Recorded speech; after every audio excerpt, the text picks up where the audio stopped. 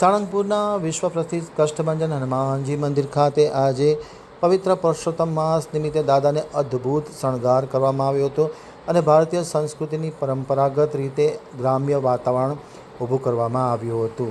હવે જોઈએ સાળંગપુર આમતક ન્યૂઝ બ્યુરોમાંથી ચિંતન વાગડિયાનો એક વિસ્તૃત અહેવાલ.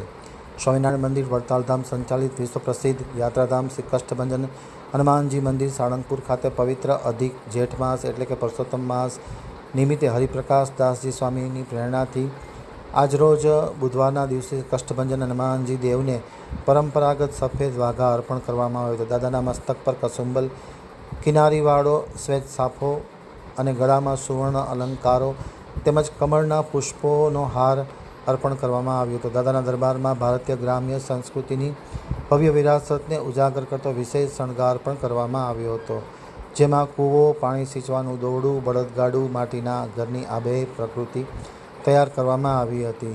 5:45 કલાકે પૂજારી સ્વામી દ્વારા આરતી કરવામાં આવી હતી અને સાંજે 4 થી 7 દરમિયાન દાદાના પૂજન અર્ચના વિધિ અને પટાંગણમાં વિશ્વ શાંતિ માટે હનુમાન ચાલીસા યજ્ઞનું આયોજન કરવામાં આવ્યું છે.